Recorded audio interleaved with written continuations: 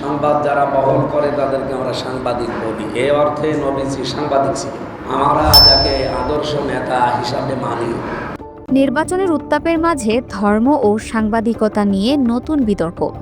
কুষ্টিয়ার এক মতবিনিময় সভায় জামায়াতে ইসলামীর এক নেতা মহানবী সাল্লাল্লাহু আলাইহি ওয়াসাল্লামকে সাংবাদিক হিসেবে আখ্যা দিয়েছেন।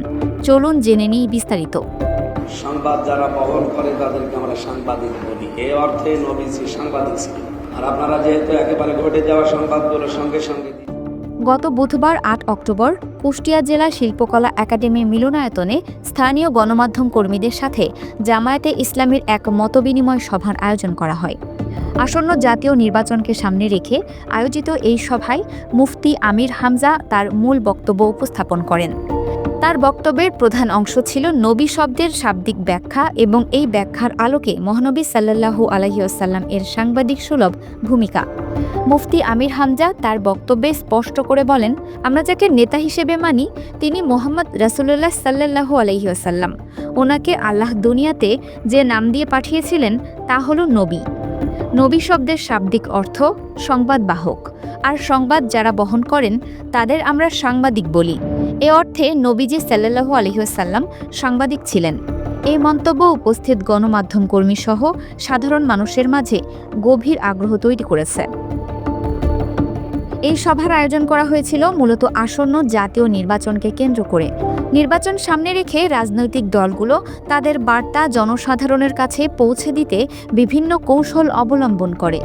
এই মতবিনিময় সভাটি ছিল সেই প্রচেষ্টারই একটি অংশ, যেখানে গণমাধ্যম কর্মীদের মাধ্যমে নিজেদের ভাবনা ও পরিকল্পনা তুলে ধরার সুযোগ তৈরি করা হয়।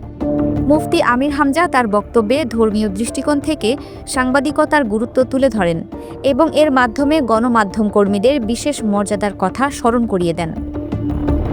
মুফতি আমির হামজা শুধু নবী শব্দের শাব্দিক অর্থ ব্যাখ্যা করে ক্ষান্ত হননি, বরং পবিত্র কোরআনের উদ্ধৃতি দিয়ে তিনি তার বক্তব্যকে আরও সুদৃঢ় করেন। তিনি উল্লেখ করেন, আল্লাহ নবীকে যেমন সংবাদ পৌঁছে দেওয়ার কষ্টকর দায়িত্বের জন্য পুরস্কারের ঘোষণা দিয়েছেন, তেমনি কিয়ামত পর্যন্ত যারা সততার সঙ্গে সাংবাদিকতার মতো এই দায়িত্ব পালন করবেন, আল্লাহ তাদেরও পুরস্কৃত করবেন। এই বক্তব্যটি ধর্মীয় ও পেশাগত উভয় দিক থেকেই তাৎপর্যপূর্ণ। এটি একদিকে যেমন ধর্মীয় দায়িত্ব পালনের প্রতি গুরুত্বারোপ করে, তেমনি অন্যদিকে সততা ও নিষ্ঠার সাথে সাংবাদিকতার গুরুত্ব তুলে ধরে। তার মতে, সংবাদ সংগ্রহ ও সঠিক তথ্য তুলে ধরতে বিভিন্ন চাপ মোকাবেলা করে যে কষ্ট সাংবাদিকরা পান, তার পারিশ্রমিক আল্লাহ নিজে দেবেন। এই পারিশ্রমিককে তিনি গয়রা মামুন বা নিরবিচ্ছিন্ন পুরস্কার হিসেবে বর্ণনা করেন, যা দুনিয়া ও আখেরাত উভয় স্থানেই প্রাপ্য। মতবিনিময় সভায় সভাপতিত্ব করেন কুষ্টিয়া জেলা জামায়াতের আমির অধ্যাপক মাওলানা আবুল হাশেম।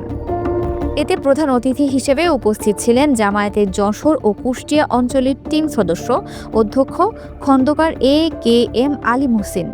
সভার গুরুত্ব ও প্রাসঙ্গিকতা তুলে ধরে জামায়াতে ইসলামীর কেন্দ্রীয় ও স্থানীয় নেতৃবৃন্দ তাদের মতামত প্রকাশ করেন।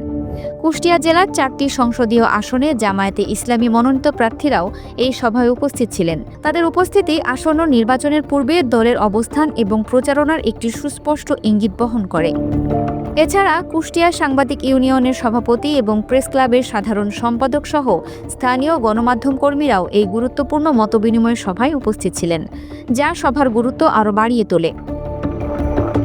এই ধরনের সভা রাজনৈতিক দল এবং গণমাধ্যমের মধ্যে একটি সেতুবন্ধন তৈরি করে, যেখানে উভয় পক্ষই নিজ নিজ অবস্থান থেকে তথ্য আদান প্রদান করতে পারে। মুফতি আমির হামজা তার বক্তব্যে নাবা ইলা আজিম শব্দটিকে আধুনিক ব্রেকিং নিউজ এর সাথে তুলনা করেন। তিনি বলেন, টেলিভিশন বা অন্যান্য মাধ্যমে দ্রুত ঘটে যাওয়া সংবাদগুলো যেভাবে পরিবেশন করা হয়, সেগুলোই এক অর্থে নাবা ইলা আজিম, অর্থাৎ গুরুত্বপূর্ণ সংবাদ দ্রুত মানুষের কাছে পৌঁছে দেওয়া।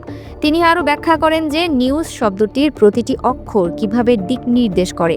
তার মতে, N দিয়ে নর্থ, E দিয়ে ইস্ট, W দিয়ে ওয়েস্ট এবং S দিয়ে সাউথ, অর্থাৎ তামাম পৃথিবীর সব সংবাদ এর অন্তর্ভুক্ত।